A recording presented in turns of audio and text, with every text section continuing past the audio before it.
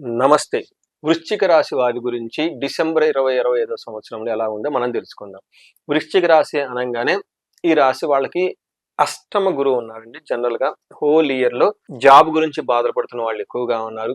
ఇష్టం లేకుండా జాబ్ చేసేవాళ్ళు, ఏదో చేయాలి కాబట్టి చేస్తున్నాను వాళ్ళు, మనకున్న టాలెంట్ ఒకటి, చేస్తున్న జాబ్ ఒకటి ఇలా ఎక్కువగా వృశ్చిక రాశి వాళ్ళకి వాళ్ళకున్న management skills, administration skills, money వ్యవహారంలో లాక్ అయిపోయి ఉన్నారు. ఇది తప్ప మిగతా అంతా ఈ రాశి వాళ్ళకి చాలా బాగుంది. అయితే ఈ చిన్న చిన్న ప్రాబ్లమ్స్ కూడా లేకుండా ఉండటానికి ఒక్కసారి కన్సల్టేషన్ తీసుకొని గురువుకి సంబంధించిన సంపూర్ణ శాంతి పూజలు చేపించుకుంటే చాలా జీవితం 10 రెట్లు ముందుకెళ్ళిపోతుంది.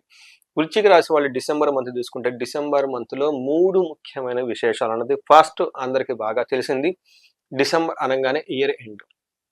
ఈ టైంలో మనల్ని ఆత్మ పరిశీలన చేసుకోవటం, మన అభివృద్ధిని మనం కంపేర్ చేసుకోవటం, ఎందుకు ఆగిపోయామో సహజంగా చూసుకోవడం చాలా ఇంపార్టెంట్. ఎక్కడైనా గనక ఎవరైనా గనక ల్యాక్ అయ్యి ఉండి సరిగ్గా ముందుకు లేకుండా ఇబ్బంది పడుతున్నారో ఒకసారి కాల్ చేయండి, కన్సల్టేషన్ తీసుకోండి. నెంబర్ 2, ఈ టైంలో డిసెంబర్ 16వ తారీఖు నుంచి మనకి ధనుర్మాసం స్టార్ట్ అవుతుంది. ఈ మాసం ఎప్పుడైతే స్టార్ట్ అవుతుందో సహజంగా ఓడల్లో పేడ కల్లాపు చల్లటం, ముగ్గులేయటం, గొబ్బెమ్మలు పెట్టటం, హరిదాసులు రావటం, గుళ్ళల్లో నామ నక్షత్రాలు చెప్పించుకోవటం ఇవన్నీ చేస్తూ ఉంటారు. సంక్రాంతి పండగకి నుంచి ఉత్సాహంగా స్టార్ట్ అయిపోయే మంత్. మూడోది ముఖ్యమైనది ఇది వెకేషన్ టైం అండి. ఎవరైతే సాఫ్ట్వేర్లు ఉన్నారో, ఎన్ఆర్ఐలు ఉన్నారో, అమెరికా వాళ్ళు ఉన్నారో వాళ్ళంతా ఇండియా రావటము, లేదంటే అక్కడక్కడే లోకల్ అమెరికన్, యూరోప్ టూర్ వెళ్ళటం, లాంగ్ వెకేషన్కి వెళ్తూ ఉంటారు. ఈ టైంలో కస్టమర్స్ వెకేషన్స్ కూడా చాలా మంది వస్తూ ఉంటాయి స్కూళ్ళల్లో. ఇలా చూసుకుంటే ఈ మాసంలో ఈ 3 ముఖ్యమైన ఒక సెలబ్రేటెడ్ మంత్ అని మనం అనుకోవచ్చు. ఈ టైంలో వృశ్చిక రాశి వాళ్ళకి ఎలా ఉందో మనం చూద్దాం. వృశ్చిక రాశి చూస్తే కొంచెం మిక్స్డ్గా ఉంది వాతావరణం మనం తెలుసుకోవచ్చు. 4 గ్రహాలలో ఒక గ్రహము సపోర్ట్గా ఉంది, ఒక గ్రహము ప్రతికూలంగా ఉంది, ధనం విషయంలో బాగుంది, ఇలా రకరకాలుగా అప్స్ అండ్ డౌన్స్గా ఉంది. కొంచెం జాగ్రత్తగా ప్లానెడ్గా వెళ్ళటం ఎంతైనా అవసరం. మనకి సంస్కృతంలో ఏం చెప్తారంటే ధనం ధనచ్ఛేద అర్ధయాక్షయం అఖిల విషయ భోగం.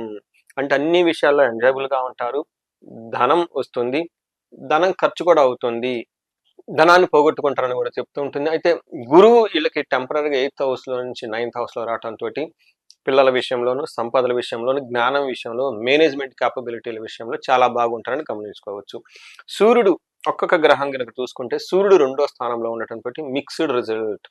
అయితే జనరల్గా ఈ టైంలో ఎవరికైనా ఇప్పటిదాకా దుర్మార్గులు సమాసం పట్టిన తర్వాత ఈ టైంలో బిజినెస్ చేసినా ఇంకొకటి చేసినా కానీ అంత ఫాస్ట్గా దూకుడుగా ఉండదు, నార్మల్గా ఉంటుందని గమనించుకోవాలి.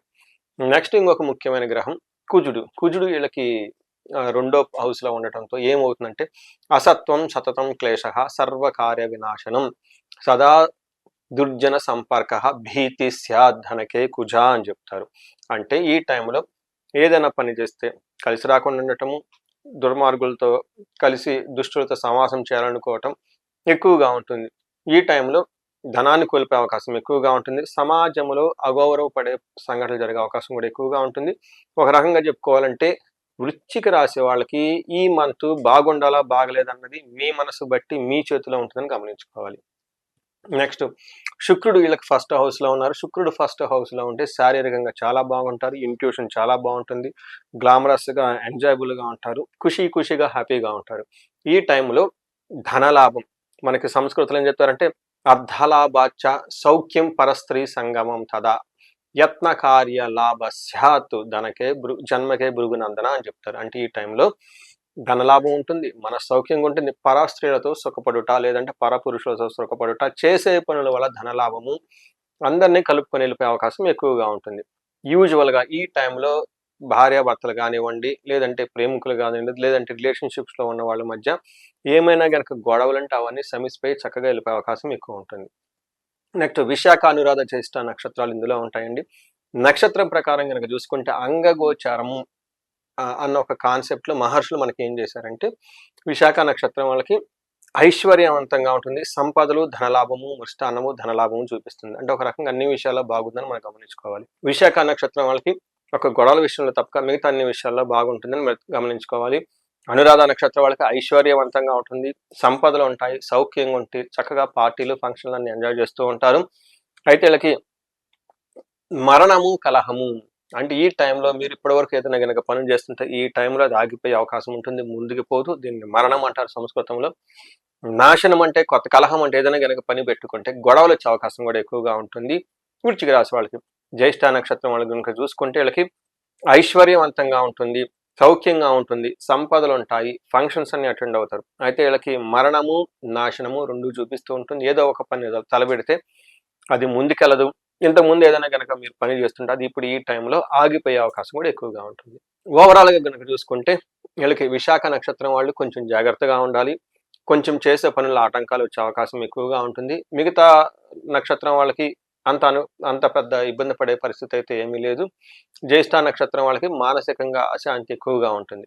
సో ఇవన్నీ చూసుకున్నారు కదండి. ఒక రకంగా చూస్తుంటే కొంచెం మిక్స్డ్గా ఉంది, కొంచెం పాజిటివ్గా ఉంది, కొంచెం అప్స్ అండ్ డౌన్స్గా ఉంది. మీరు కనుక నన్ను అడిగితే వీళ్ళకి ఒక 70% బాగుంది, అట్లీస్ట్ 65-70 బాగుంది.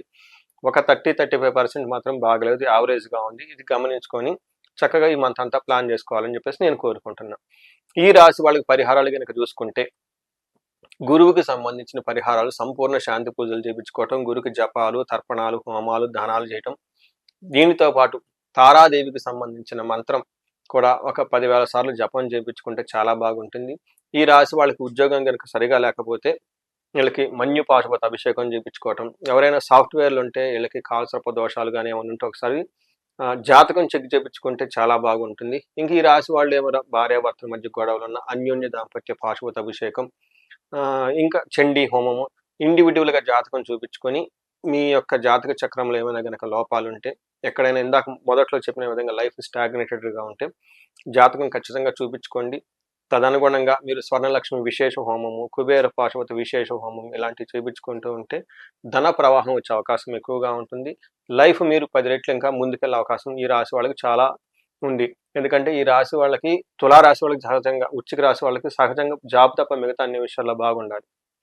ఎక్కడైనా కనుక బాగలేకపోతే జాతకం చెప్పించుకోండి. సో ఈ రాశి వాళ్ళు మీకు అష్టైశ్వర్యం కలగాలని, భోగభాగ్యాలు కలగాలని చెప్పేసి నేను కోరుకుంటున్నాను. నమస్తే.